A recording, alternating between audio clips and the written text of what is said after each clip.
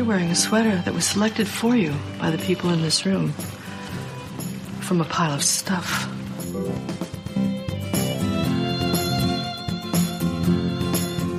Give me a full ballerina skirt and a hint of saloon, and I'm on board.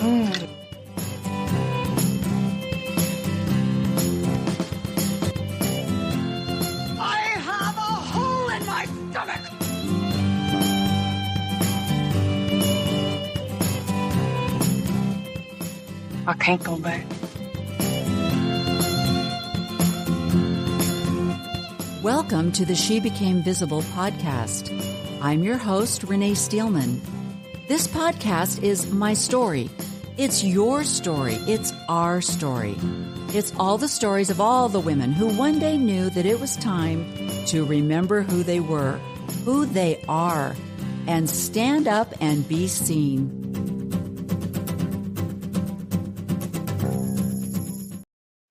Good morning. Happy Friday. It's October 4th, 2024, and I am going to be showing you a podcast that I did last night with my friends. It was so much fun. It was an hour and a half of little sarcasm, little snarkiness, but we were all just having fun. And we were talking about the upcoming General Conference in the Mormon Church that will be beginning tomorrow morning, October 5th, Saturday morning. And we were predicting what they would be talking about. And of course, we got silly and fun, but I think you'll enjoy it. I was joined by Megan Connor from the Midlife Revolution, I think is her name. I forgot. I'm sorry, Megan. I've got it downloaded so you can find her. And she's doing very well. She has some really great insight into her resigning her membership from the Mormon Church. I was also joined from Backyard Professor Carrie Schertz. He's hilarious, so smart. And he has one of those minds that I am so jealous of, because not only does he take in information, he retains that information, which is something that I have a hard time doing. So then of course, the whole thing was put together by Gene of Latter-Day Digest, and he brought us all together, which I appreciate so much. It was so great. And Maven joined us for a little bit. She had some great insight. And Brother Jones, all the way from Thailand. It was so fun. And we also had a fan. Debbie Donovan is a fan. She listens to all of the ex-Mormon podcasts and comments on them, and everyone appreciates her insight. So it was really fun. So I'm just going to share that with you today. I hope you enjoy it, and I hope it's a great way for you to maybe start your critical thinking brain moving. And as you go into, if you are going to be watching General Conference on television, it is broadcast. It is streamed all over the world. For those who do not have access to the internet or streaming services, they will go to their church building and it will be broadcast through satellite. So it is really a message to the world, not just to members of the church. At least that's how they advertise it. I don't know if anyone else watches it. But it's really interesting. So I hope you enjoy our insight. And I will turn the time over now to Gene as he introduces all of us. So I hope you enjoy. Welcome, everyone, to Latter-Day Digest. Today, we're doing conference predictions, and I have invited some powerhouses in our own little world, in our own mind.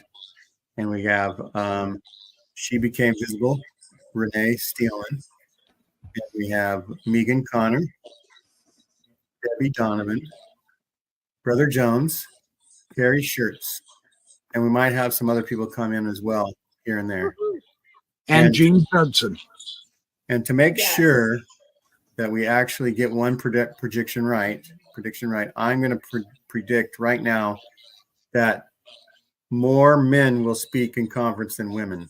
That way we're 100% so far. That is prolific. That is, and I've got a prediction that will absolutely match you with 100% accuracy. The women will not be given the priesthood this conference. I agree. I thought the girls would be at least allowed to pass the sacrament like a server. Nope. Too much threat against the boys. Yeah. Dang.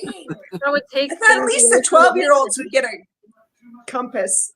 So let's see. We'll have Renee go first with a prediction, and we'll sort of go around the horn Ooh, and okay. see what happens. I want to hear your joke. You said you had a good joke, Renee. Oh, you mean no? Gene had. You want me to tell my dad joke or? Well, yeah, that was about the best dad joke I've ever heard. This was a dad joke in honor of Carrie and his infamous dad jokes. I said, "How do you know if it's a dad joke?" Well, it should be apparent.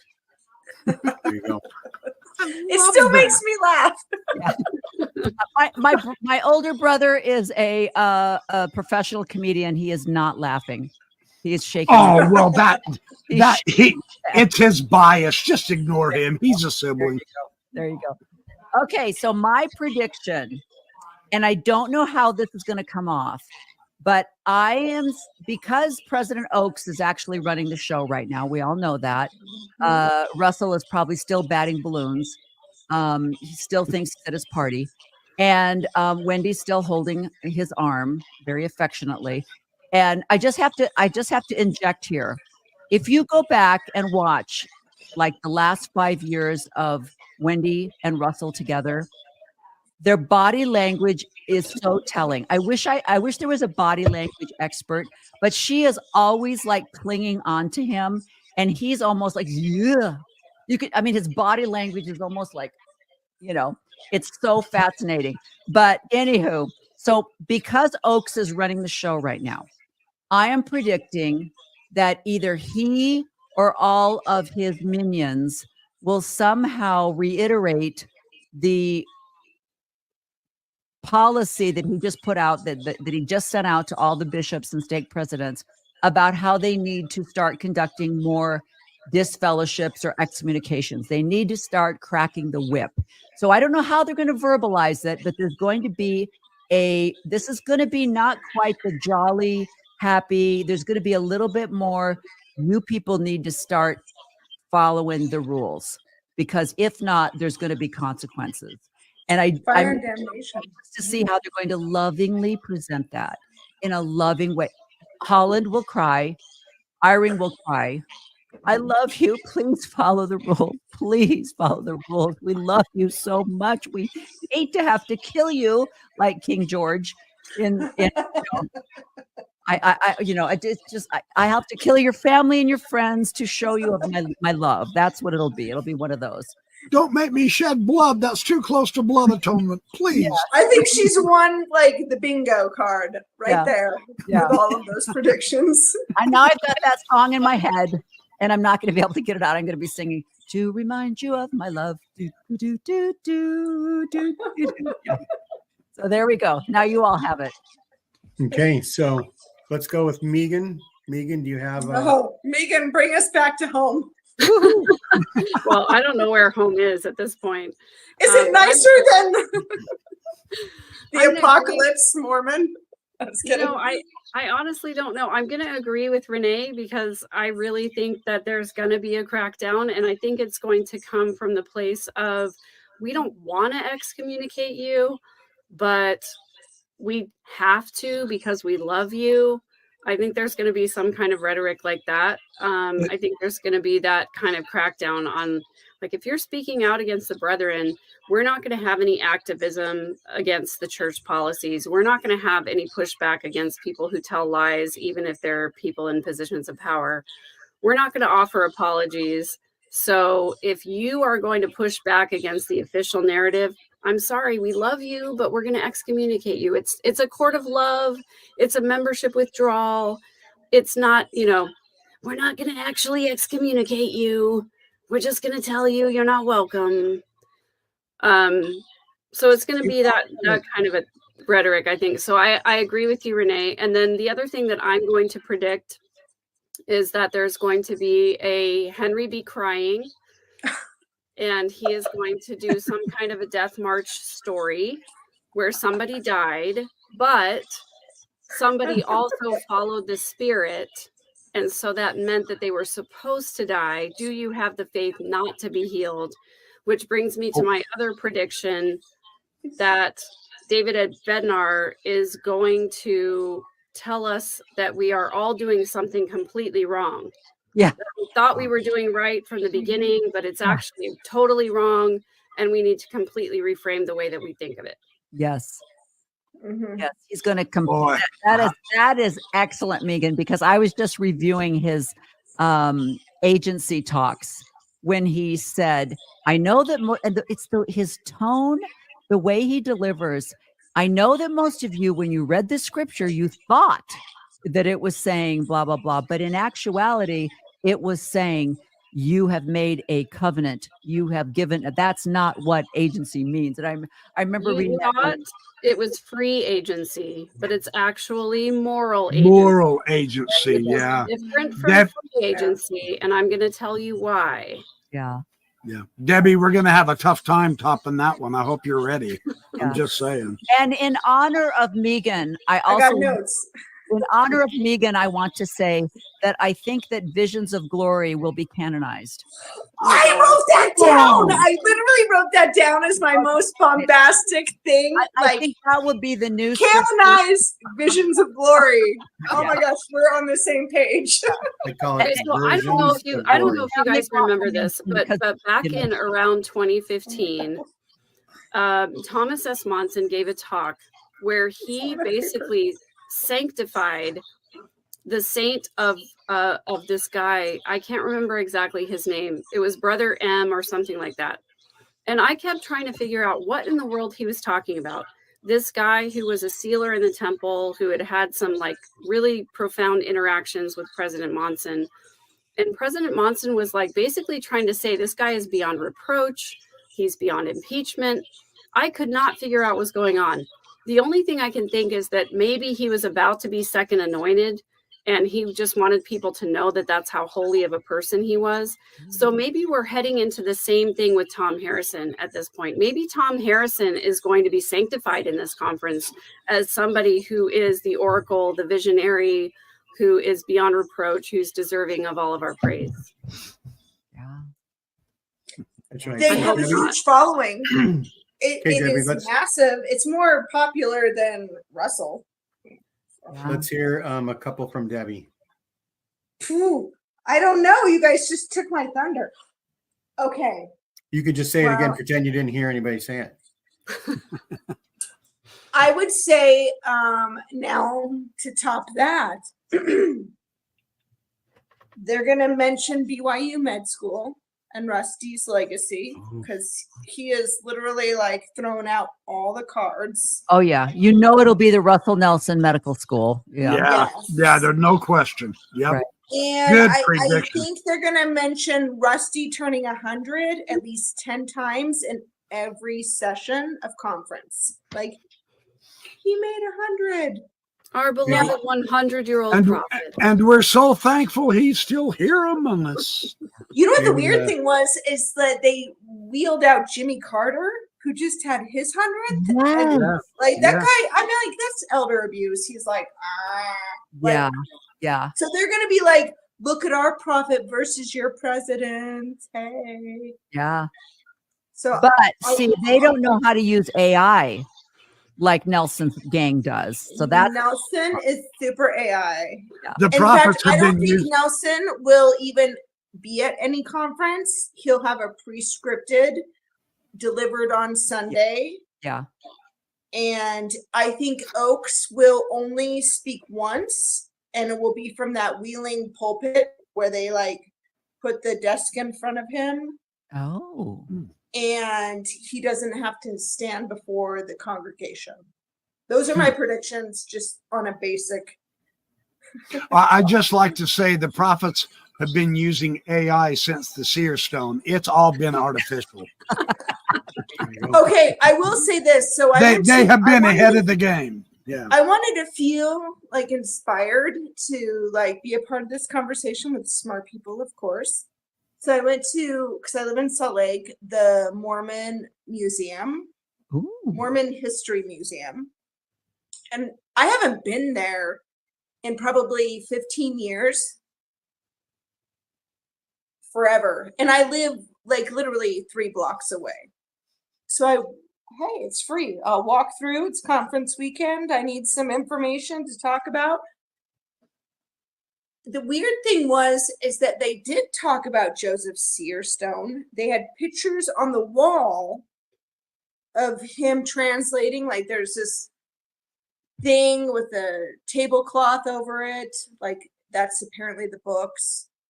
And then Joseph with a hat in his hand.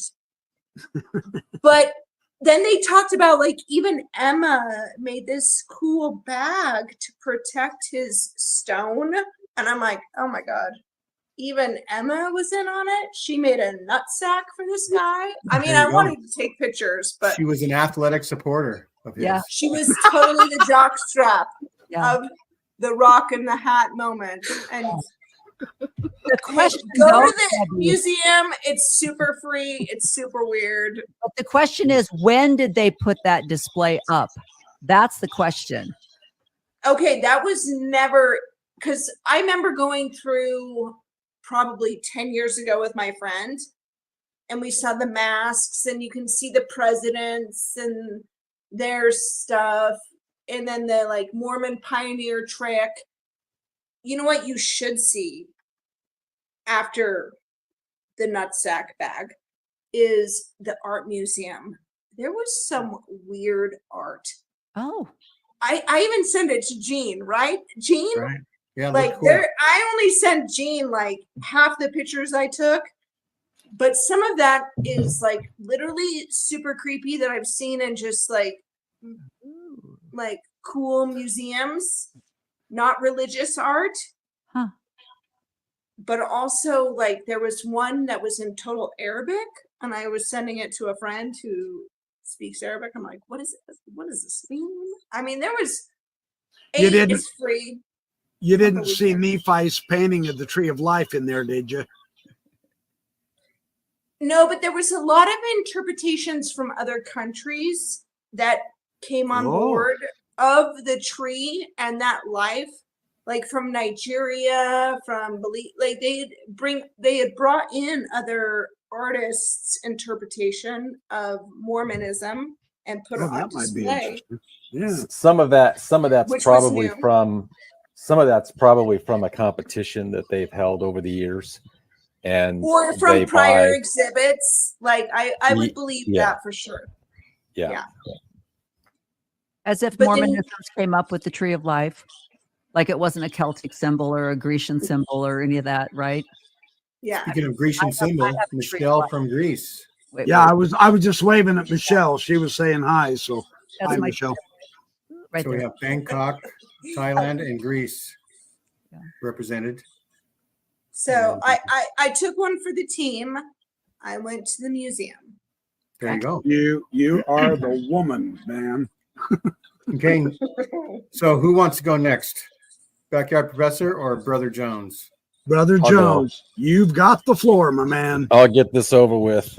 Oh, Yeah, first of all, so- Brother Jones, we'd like to thank Puzzle Pieces. Megan, are yes. you familiar with Puzzle Pieces? There you go. So thanks to Puzzle Pieces for Friends of the channel. There you go. Yeah, you're up in your game, Gene. Look at that. Yeah, yeah. Anytime Megan comes on, and Renee or Debbie, I'm upping my game. When the Backyard Professor comes on, That's not right. Okay, go. So Brother Jones. my prediction might be more of an idea, but with the robust and growing missionary program, they're going to need a new referral program. Okay, so I predict that maybe the church will begin taking out full page ads in the top 20 newspapers in the world, really. And like once a week, full page ad. If they really want to get their message out, they can afford a full page ad. I was running the numbers. I think it would cost about $30 million a year to take a full page ad out in the top 20 newspapers around the world. Maybe let's go top 50. and start getting those missionaries referrals that they desperately need. Hey, How's that for an idea? Got the headlines. Yeah. Please come to our church. We're not Mormon anymore. That's true. There you go. Or it's just gonna say the covenant path. We no longer give Satan the victory. Yeah, I will say in that museum there was still a lot of reference to Mormons, so I felt like I was in the museum of Satan a little bit. Yeah. That's a fine line. Yeah. We walk there. Now, if you would have had the priesthood, you could have cast Satan out. That's right. Like the church lady. But think about if we think about the amount of money they have to get the message out, whatever you want to call the message, they could buy the top 20 newspapers in the world. They could buy them, Twitter, and use that as their Facebook, platform. Yeah. What did Twitter cost? Must cost them what, 40 billion or something? They could buy Twitter. I'll bet you Elon Musk would want to sell Twitter right now if he could, especially if he could turn a profit. Like Mark would want to sell Facebook too. Like those, the stock. Yeah. So Think about it. Think about it. You're If they really want to get the message out that the end is nigh, why wouldn't they do that? So maybe I'm giving them an idea. Without even touching their capital, because they've got $1 billion in excess tithing every year. And so they could spend that $1 billion on ad spend and it would be well worth their money. Yeah. So they just came out with the top list of the richest people in the world.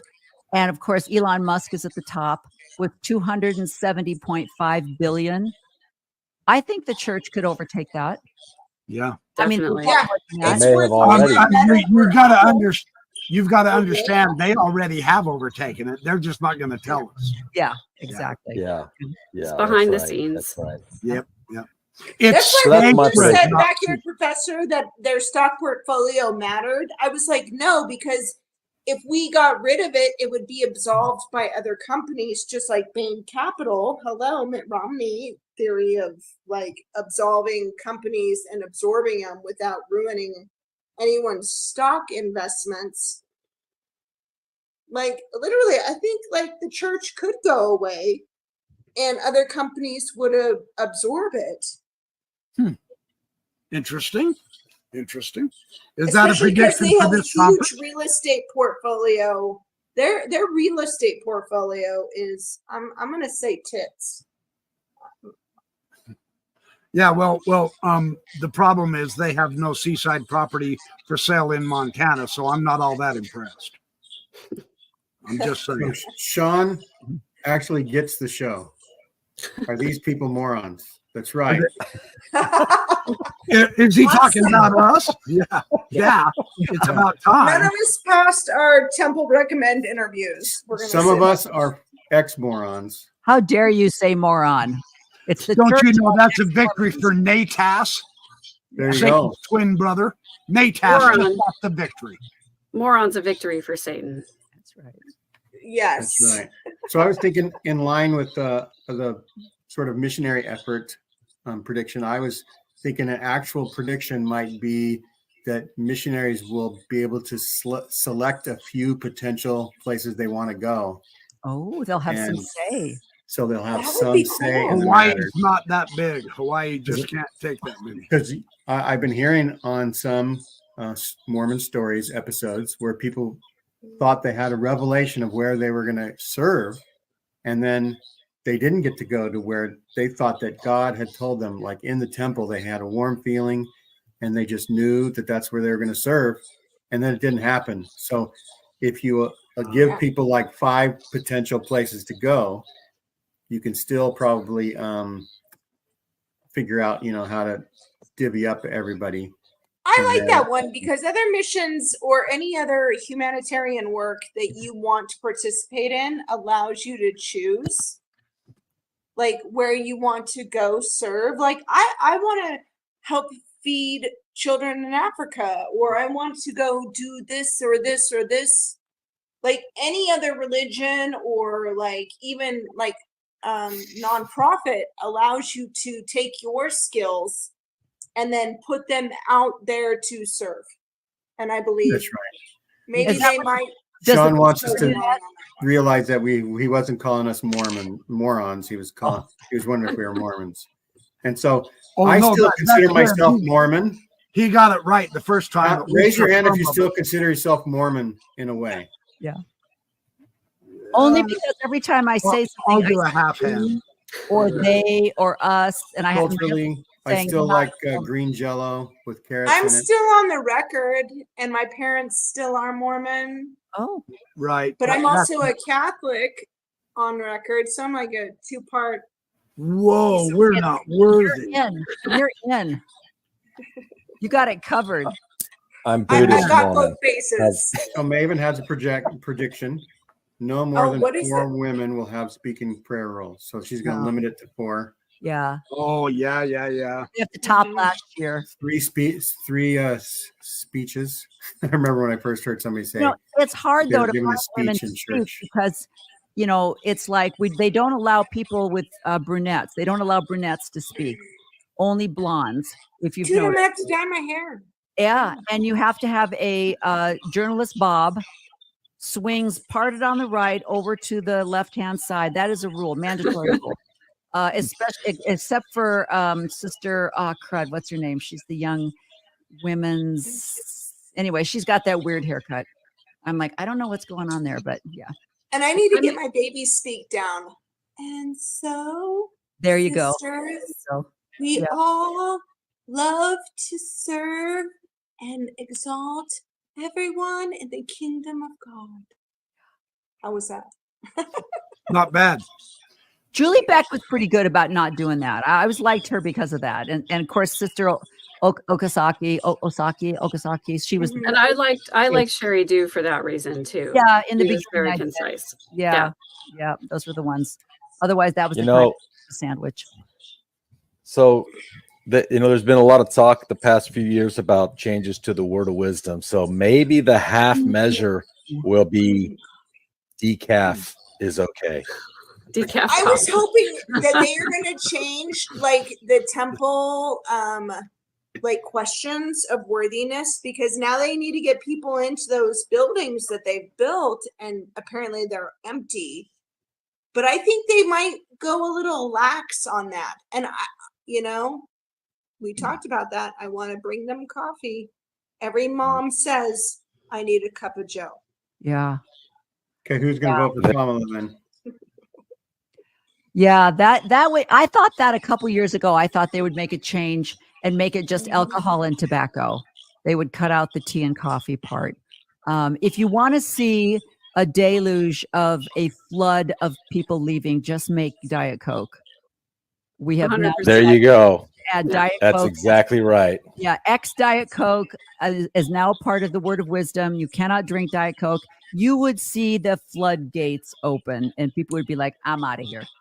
Goodbye." Well, the weird Not part only was that- I had Mormons who I worked with, and they would be like drinking those 5-hour energy shots, like they were like a breakfast drink. Yeah. And I'm like, but you won't drink a cup of coffee? Like coffee is a little more nice to your body. Well, that's because they don't heat up those energy drinks. The word of wisdom is about hot drinks, Debbie. Gotta be There you hot. go. So iced coffee's cool. Yeah. Maybe that's why Temperature all matters. my Mormon friends still go to Starbucks. Yeah. Could be. Yeah. If you really want people to leave, we can start enforcing that part of the word of wisdom that says fruits and vegetables only in their season. Yes. Eating meat sparingly. Yes. Oh. I mean, I've never heard anybody go to the bishop and be, in tears because they ate an entire steak one night. But if we started enforcing that, I think people would leave. I actually had Girl, a you're bishop 100% right. not give a friend of mine, her daughter had an eating disorder, and she came home from her mission and needed to renew her temple recommend, and he would not renew her temple recommend because she had an eating disorder. No, That is power. That is a power trip. Bishop Roulette. that is heinous. Yeah. Yeah. Oh, Bishop Roulette, 100%. Yeah. Mhm. I'm going to go slap my bishop for that. Well, they did go above You his slap head. mine. They went to the stake president, and he did overrule the guy. But that's just the scary part. That's just the scary part. But That'd yeah, make you want to go to church, wouldn't it? yeah. I can't have now. See, when is the new garments? When is that coming out? Are those in the stores Oh. now? So Are they gonna get tank we're not top supposed to talk garments? about it because we're not in the temple, so we can't talk Oh, about it. Okay. Just call it underwear. Renee, you keep your covenants, damn it. Do you think they'll change something about when you can or cannot wear the garment?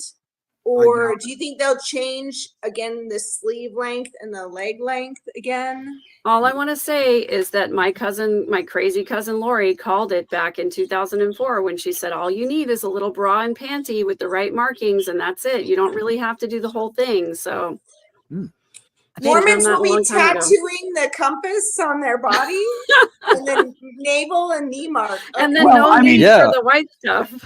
That actually makes sense. Our Sure, temples, the our underwear. bodies are the temple after all. Exactly. Our bodies are the temple garment. The end. We're done. Our bodies are the temple. That's right. So yeah. But it'll be more So- like Keith. Yeah, You but have the to vote for problem me as is, a prophet. can they excommunicate you for the tattoos? Because they don't like tattoos. So keep your eyes on the job boards, Gene. Maybe they'll announce they need a tattoo artist. They're starting to hire tattoo artists in all the, So local I have 20-year-old temples. tattoos that should have gotten me X'd. I would love to see those tattoos become like my sacred symbols. Hello. I'd just love to see the tattoos. Oh, I got wings on my back. Oh, I nice. And a guarantee lizard on you, my ankle and a gecko on my ankle. I changed colors. if somebody went into their bishop and said that they had tattooed the markings onto their body, guarantee you the bishops would be like, well, let me see. I got to make sure. Oh, you Did got you the get compass. tattooed in You got the multiple compass on the wrong positions? side, you idiot. We got to excommunicate you. Did you self-tattoo? Yeah. Hi, Lila. Was it Hi, over the Lila. skin or under the skin? Well, getting back to the subject, we've gone so far. Getting back to the subject, that when Oaks is in charge, that the proclamation to the world, the family proclamation, will be put into the Doctrine and Covenants. It will be made one of the declarations, and it will be added. It will be canonized under his power and authority. So the printing presses will be running, and the shop will be selling new versions of the scriptures. Yeah. It's There you gonna go. And they'll make $1 trillion Good for business. Even frame Good it. for business. Yeah. Yes, sir. Brother Jones has it. Yeah. Yeah. Anything good for business, they'll do. Yeah, because then it can be, it's scripture. So the marriage, then all of the roles that it declares in that proclamation will be scripture from God. It won't just be, a proclamation. It will be scripture. So that I know Oaks is going to do that. I feel strongly that Oaks is going to do that. Oaks is waiting to floodgate. He's sad he's gotten so old. He didn't know Rusty was going to live so long. Well, they need an attorney at the helm anyway for all the lawsuits they're going to be dealing with. That's So, exactly right. That they are like I dealing said, with. we had a doctor for COVID. Now we need a lawyer for court. There you go.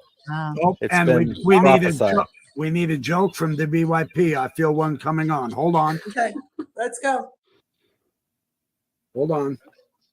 I can't find my hat in the dark. And hold on, I'll look in the garbage can. Okay, hold Let it. me get It my came to me. crystal ball out. Oh, yeah, there you go. Have you ever wondered how fast the speed of lightning would be if it didn't zigzag? Good reaction. All of us are like, what? Yeah. I see that Lila Tuller is here, and I just want to say hi to her because her Mormon story was transformational for me. So thank you, Lila. Yeah. Yes. Yeah. She's Absolutely. Amen. Amen. Yeah. Brother. Her and I are sisters from a different mister. We think scarily alike in many things, in many areas. Yeah. That's good. That can be We a good both thing. get a little grouchy sometimes, but I love it. I love having a grouchy sister. Oh, heck yeah. There's nothing better. Yeah. Okey pokey. I mean, I like feel that like one. Rusty really shot his wad on like Mormon He predictions. played with his little factory. Didn't Boyd tell him not to? That's what I happens know, when you but wake so up at like 3 a.m. with a revelation. But Boyd's a dead prophet, so he can't listen to Boyd. That's true. so like good point. what do you think is going to be the most? They gotta change something. I mean, that's always what every member who's a true believing member is waiting for. Like, what are they gonna give us? We need the meat. We need the. Well, yeah. What do you think What it's they gonna will be? do, my prediction is they are going to. If I'm starting to get into a very bad habit on YouTube where I'm actually watching the TBM Mormons, and they're putting their testimonies out there and all. And there's some fun ones, there's some good ones, but holy out there Batman Murgatroyd, what they'll do at this conference is they will imply strongly that they are actually in touch with Jesus. I also, and here's where I become the oddball, and that's okay because I am the oddball in this group, but I'm going to really go oddball. I don't think they're going to focus on Oak's excommunication idea at all. I think they are going to worship Russell Nelson. Oh, It will all be about Russell Nelson because he's so old. They have to get their worship in because he's soon to go. yeah.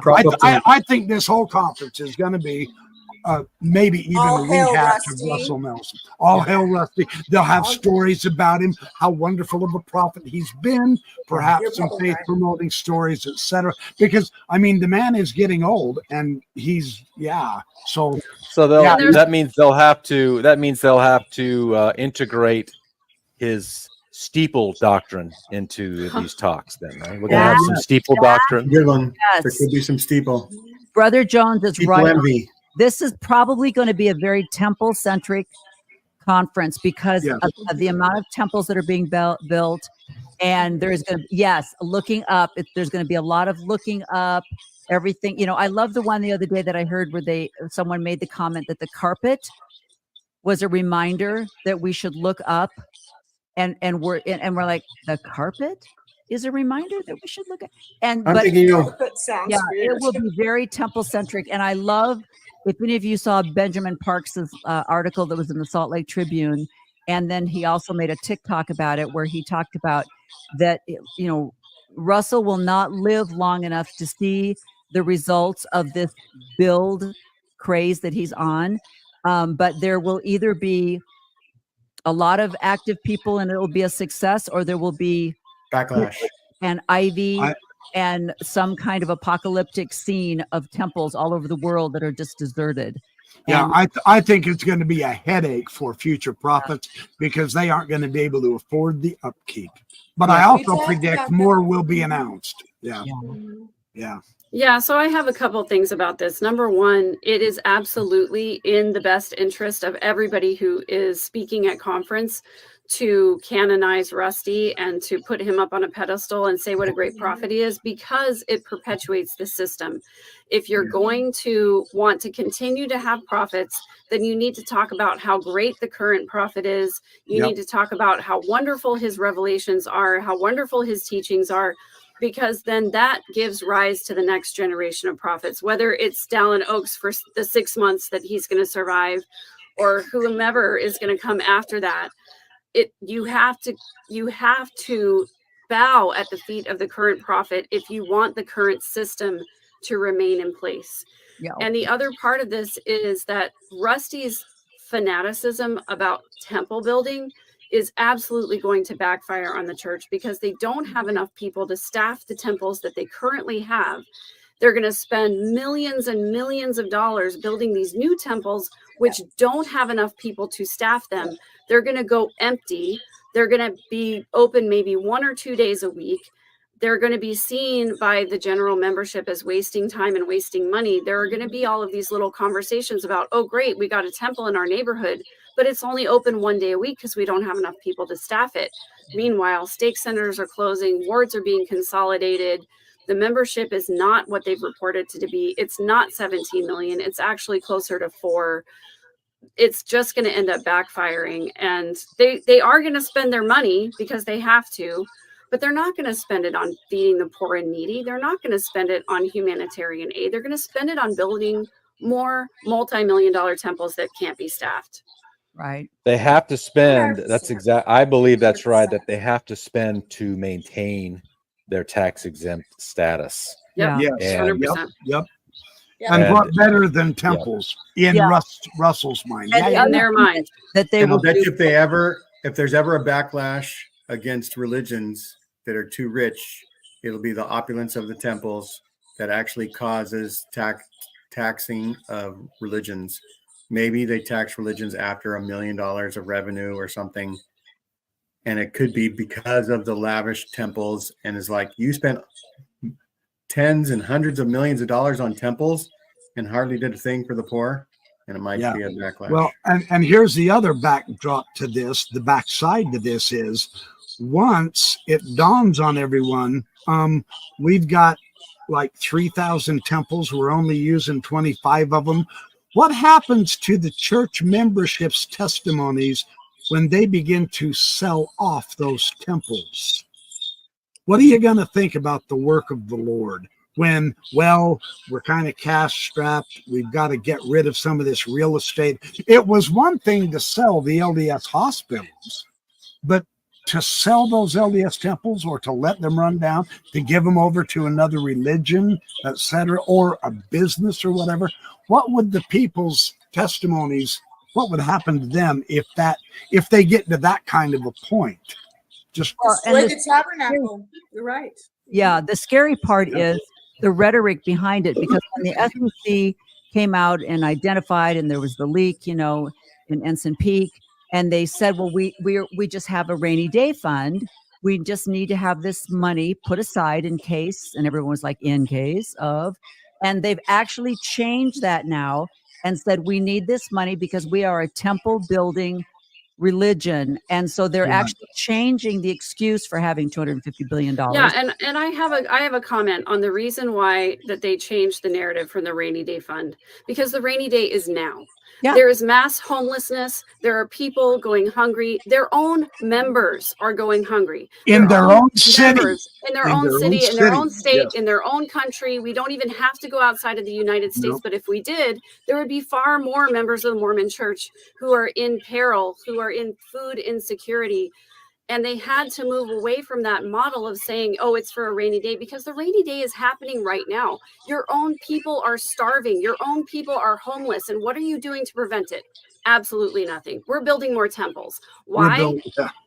Why? Why are we spending $20 to $30 million on a temple when there are people in that city who are experiencing food insecurity and poverty? There's one, isn't there one voice in the Bloggernacle that says the temple building is the best anti-poverty program out there? Yeah, that's what I was going to say. Especially in Africa, they say the gospel is what will get you out of poverty. Tell that to all the homeless people. Hello, we got worse. Yeah. Tell that to all the homeless people under the Utah Salt Lake City interstate overpasses that I saw last month. So who wants Maven to join us? Woohoo! Yes. Bring Maven on. More Maven. Bring her in. While we getting bring ready. Maven on, I will say my friend whose mom was a convert in Louisiana, they've been in North Carolina his whole life. He's like the oldest of 12. And in Asheville, but on higher levels, they are not getting any church support. And like where's the church even in humanitarian crisis, in a hurricane situation, or in a war situation, or in Haiti, where there is so much poverty and you have so much money, you could feed millions. Like, For a I month. mean, in They could Utah, feed we have nations. food That's storage. right. We don't need to go and like pack up like rice. But the church Unless it's always going somewhere. collaborates with other organizations. They never right. go in individually. They always collaborate with Red Cross or Maybe we're going to need a super chat to get Maven to come so on. they have to. They're probably in the process of figuring out who they can collaborate with, so that they don't have to do the work. They just have to give them some money and then they can say, this is how much we gave to Red Cross. Well, apparently with FEMA, you have to be on an approved list to even contribute to like give aid. So like people who are just in a Christian community can't go in and just donate food. So maybe the church isn't on an approved list. I don't know. Interesting question. Satan is ready almost to come on, I think. I know. Bring him on. Who? So I actually have a kind of a sad story. Do I have to do it, Maven?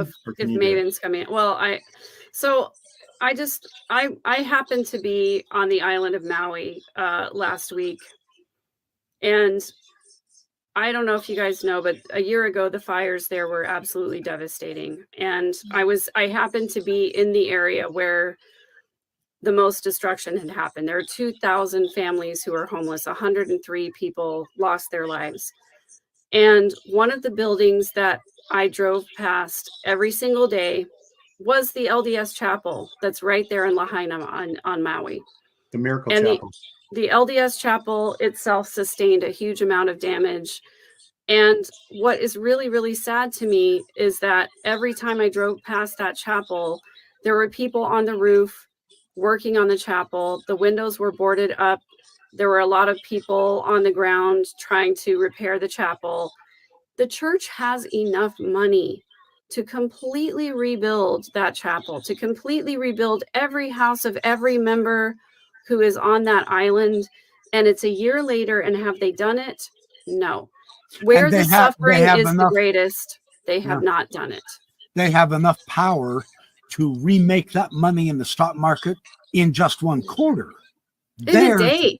In a day. I'm trying to be charitable. Yeah. If they've got $250 billion under management, they're making hundreds of millions of dollars every month. They've got plenty of money that they could alleviate suffering. They could alleviate pain. They could rebuild homes. They could house the homeless. They could feed the hungry. And yet they're not doing it. In fact, they didn't add taking care of the poor and needy to their fourfold mission of the church until 2015. Why did it take them so freaking long to add that to perfecting the saints and redeeming the dead? I don't get it. Woohoo! Hi, Maven. Hello. Yeah. I mean, you've been listening to this. Megan, I want to piggyback on that. Were you finished talking about? Yeah, I was done. I'm done. Like, what else? What more can you say that a church with so much wealth can't even repair its own chapel, can't even take care of its own members, can't even feed its own members? It's sickening to me. Yeah, I think that's par for the course. The church has been like that for a while. There's someone. There's some background feedback. I don't know whose camera it's through, but I don't know if you can mute. Like when if we're not on, that might help. Yeah. So I've got my devil horns. I came a little bit behind on everything. So I was trying to listen on double speed and try to catch up and see if there was anything that I that was already talked about.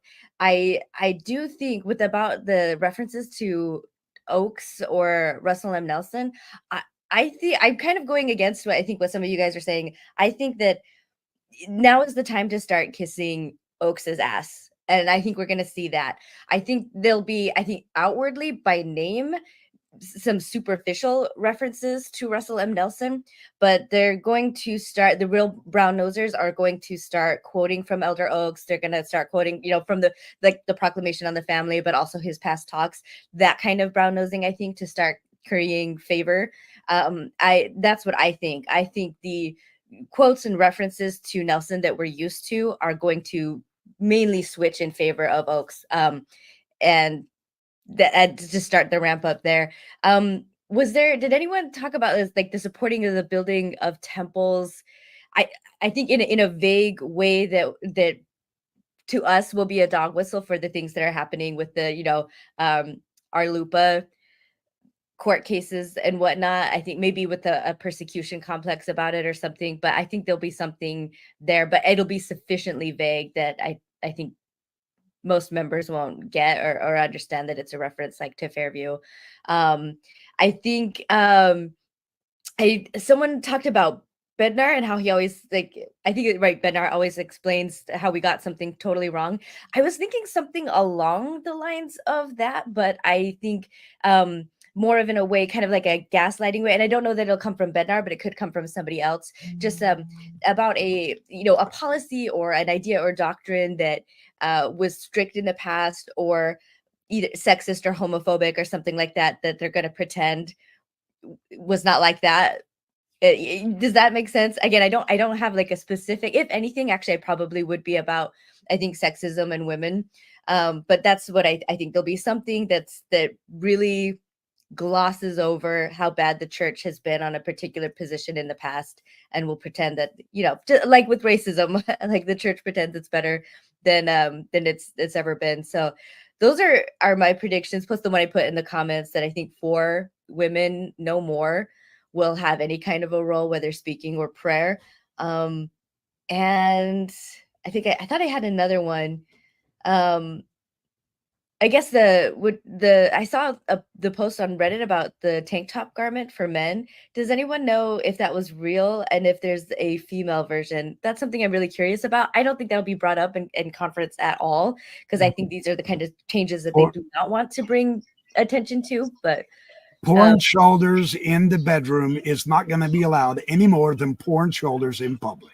There, that makes sense, because it is Oaks that gave us that quote. So, right, here we go. Debbie's shoulders much more tan. Yeah. But I do think, going back to what Megan was saying about just like the church's inability to care for things, I think we've been seeing this a lot. I mean, even just again, if to reference Exmo Reddit, people talking about just chapels that are in disarray. And there was wasn't there one where there was mold, and it was bad enough that they had to evacuate the building. And there were several people that had like long-term effects from being in and like breathing in these mold spores. And Exmo Lex, this was like over a year ago, and she's in Idaho, so she's also in the Mormon Quarter. I think Idaho. I might be wrong. She might have been in Utah. I can't remember. But her local chapel had a dead cat on the lawn forever, and it just like started to basically just disintegrate up until it was basically bones. And she finally like took care of it and bagged up the remains. But yeah, like even members aren't taking care of things. But like from the top, I do think there'll be some kind of a reference to the hurricane, or the church will take credit for some kind of a thing, whether it's somebody else's efforts or telling a story about like a member who personally maybe did a lot for the victims of the hurricane or something. The church will have a story where they will seemingly take credit. And those are all my predictions. Yeah. There needs to be a new calling produced in each ward, that there is a dead animal picker-upper. Right. I went to grounds maintenance. my That's state all. conference last week, and they did not do a sustaining of the officers, which was interesting, of the general officers. And I'm not sure if they did it at the adult session, the night before, or if they just didn't do it. If there was it's so close to conference, I don't know. But go ahead, Carrie. Sorry, I didn't mean to interrupt. I do have one more absolute for sure prediction that I almost dare prophesy. If we're alive, Nemo, the ex-Mormon, and the BYP will stand and oppose the supporting of the brethren in this conference. At home? Yeah. Yeah. I think the other thing too, and someone pointed this out, one of the reasons why the church joins in with other organizations is because they don't have the infrastructure as a nonprofit to really give the money the way, because it's a very detailed thing to actually give money. And, they would actually have to form a charitable organization with paid administrators to actually give the money from the Church of Jesus Christ of Latter-day Saints, rather than just saying, well, we're going to donate this money to Red Cross or some other care and habitat type organization, because they have the infrastructure already set up. They've already got all of the clarification and certification and everything that you need to be a nonprofit charitable organization, even though you would think the church is a charitable organization, but they don't, and they don't want to spend money on the administrative costs to set things up. So they will just give some money, and then they will come back and they'll say, we as a church gave $4 million to the hurricane, thing by donating it to the American Red Cross, Right. who actually did the work. And that's how they take credit for other people's work, because they're, as you mentioned, Maven, they're so used to volunteer people that take care of the church, Yeah. volunteer people that do this, to actually have to pay administrators to do that section of charitable giving, food banks, everything else that they do. They can't do that. So they have to work through their volunteer bishops, Bishop Storehouse, all run by volunteers. So the Yeah. hurricane victims in conference are going to be a non-issue. They're just going to be a slight mention, prayer. Yeah, like it'll be small. we Yeah. think about you, we pray for you, we love you, and our blessings are with you. Yeah. I think it's going to be a lot more general than that. It's very rare that in general conference they specifically address a specific calamity that's happening right at You're the right. time. They usually say, like, our hearts go out to everyone who is suffering right now and everyone who is in a time of need. And by the way, did you do your food storage? Did you pay your tithing? If you did, then you were obviously prepared for the disaster. If you didn't, well, that's your own fault. Sorry. They create a perpetual relief fund for disaster on your tithing donation slip. So now you can donate not just to the missionary fund or fast offerings. You can donate to disaster. The next hurricane. And it'll never go there, just like with Right. the other funds. Exactly. Yes. Exactly. But the It members all know, goes so- to Ensign and Pay. they'll all talk all about the it to their prophet would friends, have like, all the we prophet donate. would have to do is warn everybody if he had any foresight at all. Right? Get to higher ground. I mean, what the 100%. hell Also, is I the think point maybe of the prophet? The new tithing slip might be a new. That was one of the big things for me, is where were you on 9/11? Where were you telling the members, don't go to New York City on 9/11? Don't get on a plane on 9/11? Where was the prophecy on that? And there's always some Where kind of was the apologetic, Well, oh, what we well, got we was can't prevent all Our suffering. missionaries were safe, or Yeah. there were missionaries who were supposed to be in the World Trade Center, but because of things happened, because God basically Because they prayed that morning. God saved And them, the our missionaries, story- not everybody else. The story about Hurricane Gordon B. Katrina? Hinckley. Any hurricane, any natural disaster, when we've seen tornadoes just rip through, or hurricanes, where was the prophet? And during COVID, where was the prophet saying, build a garden, homeschool your children, do these things before the government came in and said, he was busy. do this, do He was this, do busy. this. He was And busy our clearing his prophet's a schedule. doctor. The prophet is a surgeon, an all hail doctor.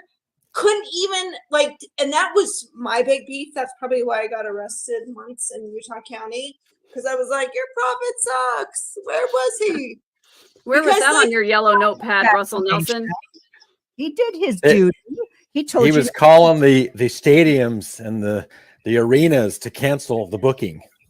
Yeah. So he was. We were supposed to fast again. Remember, we all just fast our problems. Yeah, we away. didn't have enough faith. That was the Two- problem. We didn't have enough Two faith. failed fasts, and the greatest concentration of Melchizedek priesthood in the world, with the Quorum of the 15 and the first presidency, couldn't prevent COVID or cure it or help it. He asked everybody to fast so that it would alleviate the suffering, and both times COVID continued to increase and rage. No, That but don't you for know? shelf You know bending. what's Dr. more of a Professor. crisis than COVID? Mental health. Sometimes Yeah. though. Stuck in their houses. No community, no religion, no support, no family, not being able to get married, not being able to go to their grandma's funeral, not being able to send their kids to school. What was the biggest I heard crisis? a lot of relationships were tough, and it even became more abusive or dangerous for some people, being stuck with this person. But all the time. Domestic abuse went whoop, whoop, whoop. Backyard Professor, though, didn't you know that sometimes we have to suffer in order to get closer to Christ? That must have been the reason why God didn't take away the pandemic, is because some of us needed to suffer to get closer to God. There is always a beautiful loophole, and it wasn't until I quit being an apologist that I actually could not see that. But good point. Thank you, dear Megan. Actually, how do you know that it wasn't going to be so much worse? And actually, because of the fasting and the faith and the priesthood that's on the earth. Oh, the priesthood made it less worse. Only 10,000 died instead of 2 million. That's right. We could have. The pandemic could have wiped out the entire population of the world if not for that Melchizedek priesthood fast. So we should all be grateful. I stand corrected. I'm going to go to conference this weekend after all. Yes. We should all be grateful. We will all fast and go to conference. And you were saying, Carrie, about how a lot of people are thinking that this is the, April, this is the, it didn't happen in April. Everyone thought the end of the world was coming in April. Well, that didn't happen. So this is the month. This is the month for the. But it was funny because when I was researching general conferences, I discovered that conference, I think if I get my facts right now, it's only a couple of days. I've already forgotten. But general conference was canceled twice. Once for the Spanish flu and once for the influenza, both of them in the early 20th century, 1920, something like that. So I thought, oh, okay. So how, where was the prophet, Megan, as you were saying, for the influenza, epidemic that went on in the mid 20th century, and then the Spanish flu, there was a bird flu. Maybe that was the one that was in the late 19th century where general conference was canceled. And so you've got COVID. We've always had these things. We've always had national disasters, some kind of epidemic or something like that. But now for some reason, this is the end. These are the last one. And I'm sure the hurricane is just, cholera has killed more people than anything, a virus or a war. Yeah. Dirty water. Sorry. Dirty water. And God can't cure dirty water? Yeah. Hello. He can't even tell people ahead of time, just wash your hands. That's amazing. I know we had to teach people how to wash their hands after going I think David Bednar is the new Russell Nelson, and he is getting feistier and feistier because the old guys ahead of him are not dying. And he's getting more and more angry every conference because it's like, daggone it. This is Russell Nelson in 1990. We need to change the name of the church. Dang it, he's not dead yet. Dang it, I got to go through 2 more guys. And someone called him Darth Bednar. Darth Bednar. Sick. He's doing really well. So he was the youngest apostle called, and I bet he thought, I'm a shoo-in for that presidency. Surely everybody's going to die out. And now he's mad because he's like, these guys are living way longer than they're supposed to. I should have been prophet by now. So his talks are going to get meaner and meaner. Well, don't forget that the singularity is near. Bednar could live to be 150. Oh, absolutely. Ooh. Brother Jones for the terror of the night. If you just mute conference and you just watch, this is the page that I'm on right now, Debbie. If you just mute conference and you just watch their facial expressions, what I see more often than anything else is anger and resentment and contempt on their face more than anything else. It's not love, it's not kindness. Do it. You'll see it. I'm going to try that. Right there. I never thought of doing that. What an interesting idea. Yeah. Yep. Huh. I'll be darned. And I think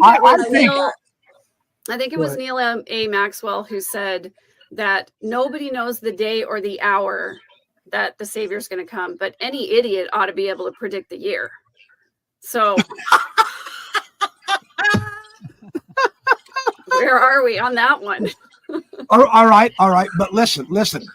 In YouTube land, there really is kind of a big movement on several Christian YouTubes, on some of the Messianic Jewish YouTube channels, where they say the Messiah is getting really close, and they're saying at least as late as 2033. It'll happen. That's what I've heard. It'll happen. Oh, good. There's this whole group doing the red heifer prophecy. Yes, and they have. I'm like, no. They claim the Jews now have 5 pure red heifers that they're raising for that. No joke. And there is a Rebuild the Temple Jewish group that have already made all of the clothing, the linens, the robes, the sashes, and all of that. They're getting ready to rebuild that temple. They're absolutely determined. First And of all, I They're love red lurking pepper. on the mount, like pretending to sacrifice. They're getting ready. Like they've got like backyard professors So telling the truth. right around, Like, this right is around, definitely a thing they believe in. Like, right around that's something COVID going time, on. there was a series, and I don't know if it was on Hulu or Netflix or something, and it was talking about the red heifer prophecy, and like some archaeologist was in Jerusalem. Does anybody know the name of that series? Because I wanted to watch it again, because with all this One for Israel? That's who I've been watching. The group is called One for Israel, and they've been talking about this red heifer business quite a bit, a little bit anyway. this was like I a watched this like drama Sunday series. Monday group that does conspiracy theories, and they were the ones who alerted me to the red heifer. I had no idea. I don't know. what they that's a big deal. Because they say once we can sacrifice the red heifer, I believe it's a prophecy in Zechariah, the Messiah comes. So Renee Michelle, to answer your question, she says, what's the church saying about the holy war in Israel? And I guarantee you they will not say anything about the holy war in Israel. They will not address anything specifically. They will only talk in general terms about the calamities of the world, wars and rumors of wars. These are all signs of the end times. You need to double down. You need to be more righteous. The Savior's coming any day. That's all they're going to say. And you need to begin invoking my name a little more. Brother Nelson. Brother Nelson. So The funny who thing was the is prophet who instigated the like BYU Israel? Was that Hunter, who was like the liaison starting that? No, There that was a was prophet. Jeffrey Holland. You mean Orson Hyde? Jeff Holland was directly involved in getting that set up. That's correct. Yep. The Jerusalem Center? I read an The autobiography Jerusalem Center, yes. Yeah. on You know how what's hard funny that about was to set up the Jerusalem Center is an occupied territory. Yes. When I watched that special about that young girl that was converted because she was Palestinian, she was given a scholarship to BYU because that was the promise. We will give so many scholarships because we are on occupied territory. And for them to do that is like, oh, when they talk about, well, that's the world. And I'm like, and you are right there in the pockets of everything else that's going on in the world. That was amazing to find out. You'd think that, as you say, you'd think that a prophet would say, but that's not our land. And we're going to follow the laws of the land and not occupy and overtake land that we haven't been given. But well, the church hasn't followed laws ever since Joseph Smith. So But yeah, and even, another like, question. in the Middle East, to like stick a stick in it, it seems like a really bad idea because there's already a big stick. Okay. Yeah. Okay. No, and another thing, will they bring up real lives of Mormon lives? Absolutely not. They've already issued a statement about that series and their condemnation of it. They're not going to ever speak specifically to anything in general conference. They're not going to ever do anything that is going to divide the membership. They're always going to straddle this ever widening gap between the people who love LGBTQ people and the people who are advocating for health on the other side of the church. They're going to just try to straddle this gap. It's going to get wider and wider and wider and wider. And eventually there's going to be some kind of a huge schism. Eventually it'll split their pants.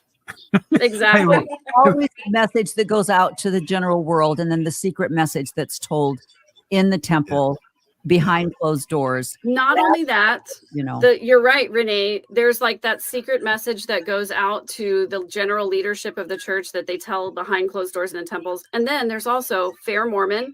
There's also all of these websites, all of these influencers, all of these TikTokers that are supported by the church, that are promoted by the church, that put out the message that they want to be said, but they don't want to say it themselves because they don't want to create division. But they're doing it surreptitiously. Exactly. It's all general. Follow the covenant path.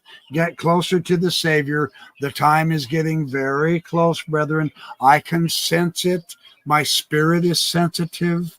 Jesus is needing us to be prepared. Jesus can't come without a righteous people. That's right.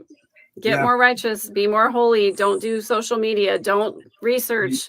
Don't go on the internet. Don't listen to Mormon Stories podcast. Don't listen to Latter Daily Digest. Just Please- stay on the please- covenant path. That's right. Please just I want act- them to canonize the covenant path. That one I had on like my like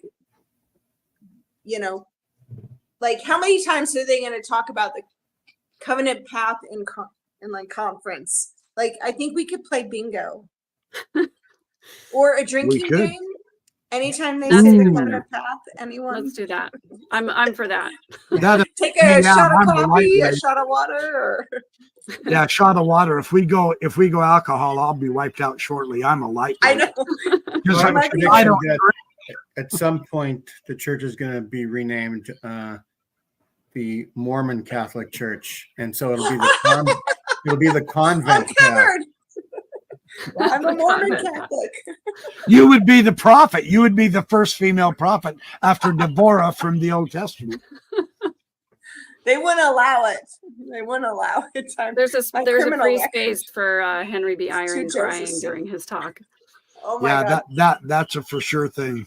We put that on the center, like if you were to create a bingo card, which I think all of us should get together and play like Mormon bingo conference. And like We should. because We I was researching like predictions on and every influencer, everyone who talks about Mormonism had like their followers put like or their friends put their like predictions on. And I'm like, Mhm. we literally should create bingo cards because some of them are so awesome of what people think they Yeah. can predict is going to happen with the church or Yeah. what That's will right. be announced that I So was I'll but say a the- couple things. the really free quickly square was crying.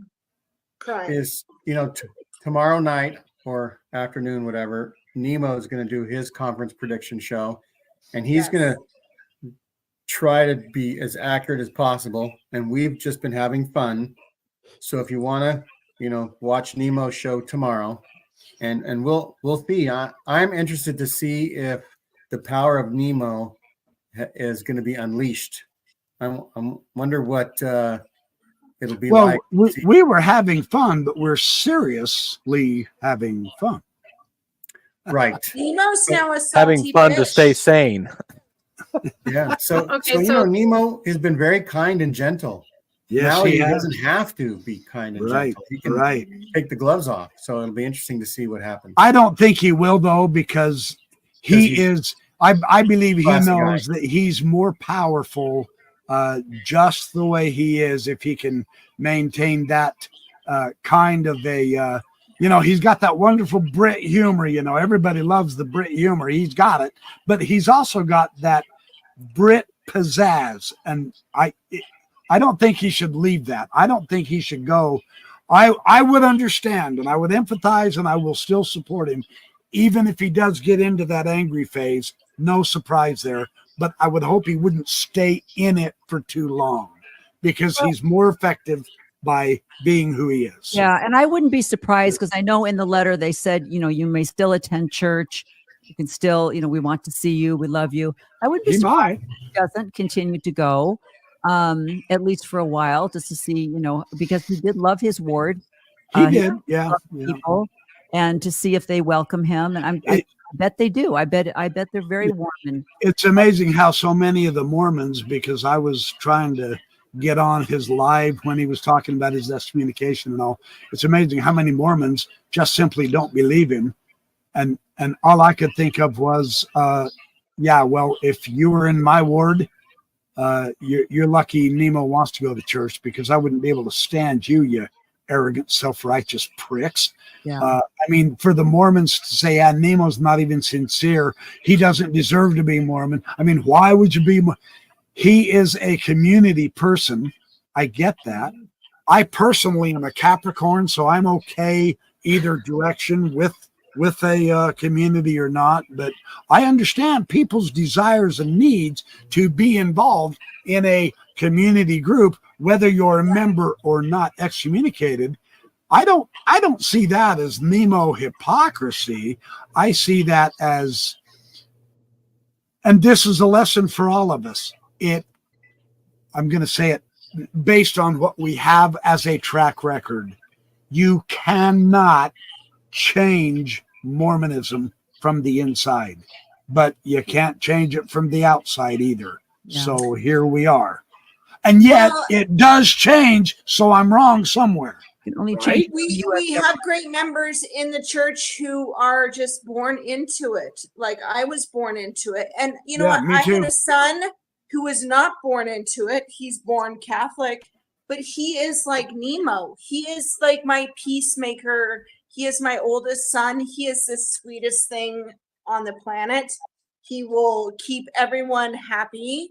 So I don't think that has anything to do with religion. I think that has everything to do with personality or just where you are in life. But like Nemo, that isn't religion. Like, and for a religion then to turn on, if a religion turned on my son, who is so sweet and so kind and so loving and such a fighter, like of being nice, to like have a religion turn on Nemo, I would, as a mother, go AWOL on a religion. That And I think a lot of it, and Nemo has even mentioned this a few times, because there's that stereotypical English contention averting personality trait. And I would say if that stereotype is truth, and they always say there's some truth to stereotypes. My stepfather was English. And in reverse, he joined the church, was baptized, gave up drinking, gave up smoking.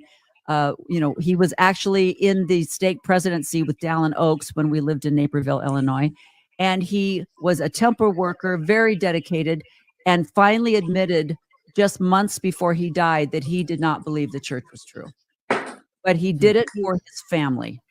And he did it because it was the right thing to do in his mind, because his wife wanted to join the church. So he joined the church with her. And so, so there is, I mean, Americans are, we've got that personality. And you can, if anybody has watched Nemo, you can see that this has been emotionally draining for him. And so I wouldn't be surprised to see if he doesn't continue to go and continue to be a part of the ward. I don't know. It'll be interesting to see how he's received. For sure. I bet he stays away for a little bit just to recoup.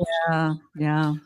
Well, but also Nemo is very much like Emperor Palpatine, strike me down and I will become more powerful than I ever was before. I think the thing that hurt him the most was that even said in the letter, it wasn't so much that he had an issue with some of the apostles and things that they had said, because his stake president said, I know about that. We've talked about that. But there was something about that personal correspondence that the stake presidency used against him as you are going after members like one-on-one. There was something about that he will not divulge that I think just crushed him.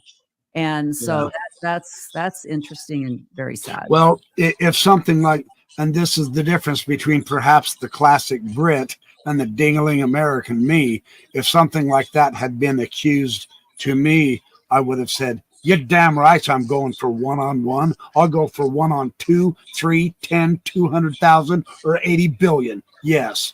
Yeah.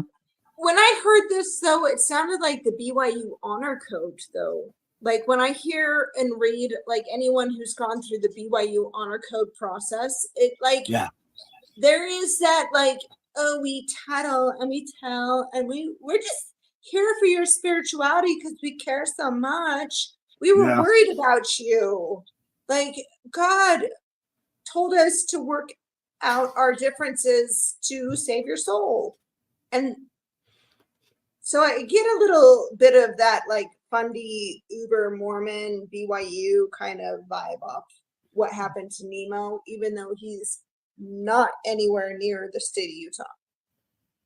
It's just it's really disappointing how the church really does advocate for members to inform on each other and to, just it's like Nazi Germany all over again. Like if you see somebody doing something that is not in accordance with the teachings of the church, please report it. Please give receipts, please give evidence. And then we're going to use that evidence against somebody to excommunicate them without telling them what the evidence actually is. We're just going to call them in and say, hey, you're in trouble. Actually, well, I'm turning all 5 of you people in. Yeah. Hey, I've already been turned in. I got the mug shots to prove it, Cara. Too late. I resigned. I do.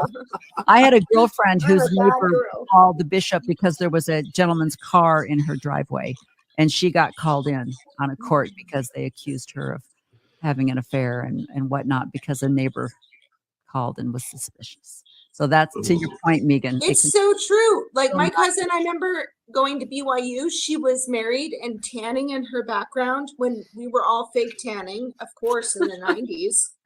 And so she was tanning in her background, in her backyard, in a bikini, and a neighbor saw her.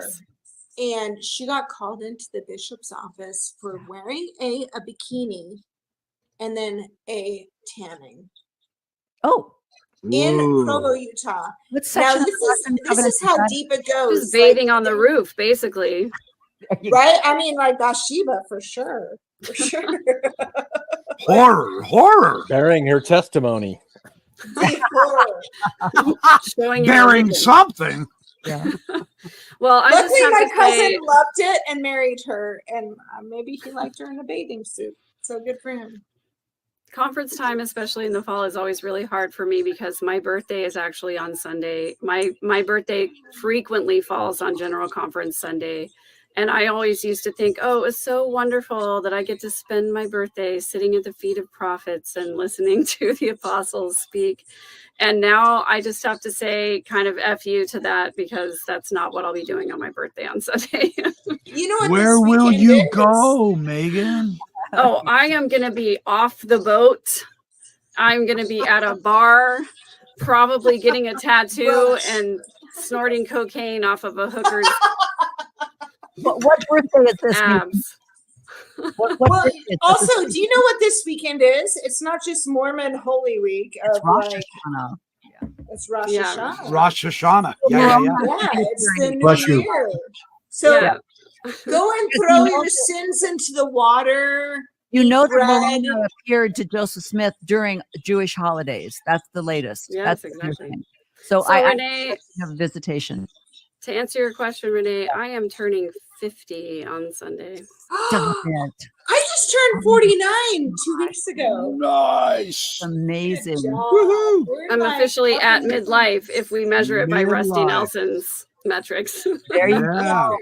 go. Oh, happy birthday. Happy Thank you. birthday. Happy birthday. Where are you going to be? Are you in Utah? No, I'm in Texas. I Okay, actually anyone in had, Texas, go buy this girl a drink and yeah, I mean, Yeah. DM me for the address. I'm going to be having a backyard cookout. Just everybody come by, bring something. I'll grill it for you. We'll have some whiskey. It'll be great. I wish I was in Nice. Texas this weekend. Cool. Awesome.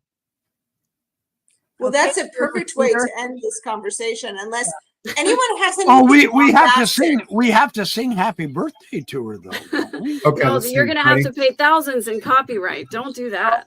Oh, no. But no, Let's do it. what's the Mormon? What's the Mormon one? Oh, the birthday song. You've had a Yeah, birthday, happy shout birthday. hooray. We want to sing to All the you primary leaders. today. there I've was never also heard one that. before older kids. Like Yeah, I can't remember what it was. we're all 1 year too older old and to smarter remember. too. 1 Go, year older Megan. and wiser too. Happy birthday wiser. to you. So I loved that they were going to maybe canonize the Visions of Glory. Does anyone have anything else? I mean, maybe they bring polygamy back. I'm hoping. That's Well, my for the Texans, are they going to call Ty Detmer to be a 70? Yes, Or has that already happened? Oh, I think it's going to happen. dude, Oh yeah, we could you might say. be right. You might be Let's right. do one quick thing. Who more than last time temples, and what does last time mean? Is April last time or last October last time? that they I predict. think there will be at least 8 predicted. 8 I new think we ones should go announced. around Okay, so- and each of us should say a number. How many Okay. temples are going to be predicted? Yeah, I'll So say that- 8. Okay. I'm going to say 11. I'm going to say 7. I'm going So to that's say kinda 5. low. Ooh, Okay, really I'll low. say 6, so we got it all covered. We were. I'm gonna go. I'm Nice. gonna go. I'm gonna go. Price is Right and say $1. One temple. Yeah. Hey, by the way, just so you know, since I live so close to it, you remember here a couple of years ago, I mean, through the Chad Daybell and Lori Vallow shenanigans, that horror story, President Nelson did announce a second temple in Rexburg. Their justification, of course, is because the youth are so overwhelming, the one up on the hill, that they have to have one down by the interstate now. That is being built. They weren't just talking about it. And the reason, of course, and I've heard this from people, is the Chad Daybell, Lori Vallow influence is still very much alive in Rexburg. They are the dominant spiritual force. And the church wants to flex its muscle and say, bullshit, we're the ones in charge of this town. This is our town, and we're going to build another temple to prove it. It's kind of a, we're tougher than you, but it's a major contest because, I mean, the weirdness going on So will just blow your mind. Backyard Professor, you and I should talk, because I have done some deep dives on some of the people who are still following Chad and Lori. I've had people come out of the woodwork to come and talk to me about the experiences they've had in that area of the country. And it is seriously frightening. Like, no joking aside, every time I do an episode about some of these fringe groups, people in my comments say, be careful, be safe, hope you're okay. It seriously is scary. Yeah. But they really are building that. I see, we've heard criticisms. He's announced temples now for the last 10 years in his tenure as prophet, and he hasn't built over 75% of them. This second Rexburg temple, it's on the way up. It'll be done shortly. Why haven't they excommunicated any of those followers of the Visions of Glory group? I mean, So I can speak let's to that a just little talk. bit. If they're going to excommunicate and Oaks is going to go balls out to the walls out, like excommunicate people, I have a list. Like, There you go. you want to Megan knows. excommunicate people? Let's start over here, not here. So I can speak a little bit to that. Obviously, Chad and Lori have been excommunicated at this point, although Chad was not excommunicated until the children were found on his property. So it was long after they knew that he was teaching apostate teachings, but it wasn't until he was really indicted legally that they excommunicated him. And a lot of the reason why they're not going after some of these leaders of fringe groups, for example, Mike and Nancy James, the people who are heading up Preparing a People, Christopher Perrett, who's the head of Avow, is because there are so many followers of the LDS church who subscribe to these teachings that if they start excommunicating these people who are prepping for the end times, they're going against their own doctrine. So they can't do it. So there's a lot of controversy about this, where they're not going to excommunicate anybody who is still even just a little bit on the church's party line of these things. And I think it's really unfortunate because, yes, absolutely, she became visible, follow the money. They're going to lose tithing dollars from all of these people who are very faithful tithe-paying members who believe in the end times, who are prepping for the end times. They're not going to start excommunicating those people. The people they're excommunicating are people like Nemo, who are speaking out against the church leaders telling lies. If you commit the unpardonable sin of calling out church leaders for doing something wrong, for stepping on the wrong side of history, or for lying, God forbid, then you're going to get excommunicated. But they're not going to excommunicate anybody that's bringing in a revenue stream for them. Yeah, exactly. How fast? It sounds like when they put out the manifesto against polygamy, were they actually going against polygamists? No, because those were their most loyal. Most of the 12, most of the 70, most of the highest up of the echelon were in polygamous relationships. So this absolutely is par for the course. What you're saying makes sense, because they're not going to cut off their nose to spite their face, because it's money. Yeah, Wilford would have told everybody, hey, we quit polygamy. Then he turned to the church and he said, hey, all you guys, head down to New Mexico and Mexico. Don't you dare quit. And keep Canada. going. Keep going. And Canada. And Canada. Yeah. In fact, there are still groups who have never stopped. Yep. Right. Including Dallin Oaks and Russell Nelson. They are polygamists. They've been married in the temple to 2 different women now. Yeah. Are they going to have to choose which one, or do they get them both? And when they die posthumously, how many women are going to want to be sealed? Do they still do that? Because remember how many people would seal themselves to dead prophets back in the day? Yeah, or how many prophets would seal themselves to young women on their birthdays?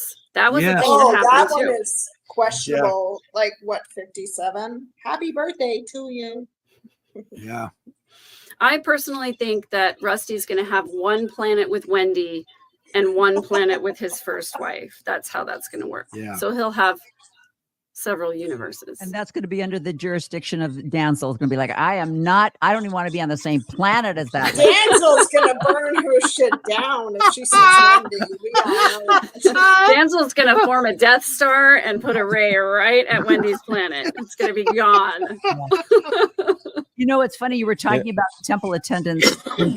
And when I worked in the Portland Temple, I lived in Vancouver, Washington. Over 80% of the workers that worked in the Portland Temple were from Vancouver or the Vancouver area. So now they're building a temple in Vancouver. And I said to my husband, who's going to work in the Portland Temple?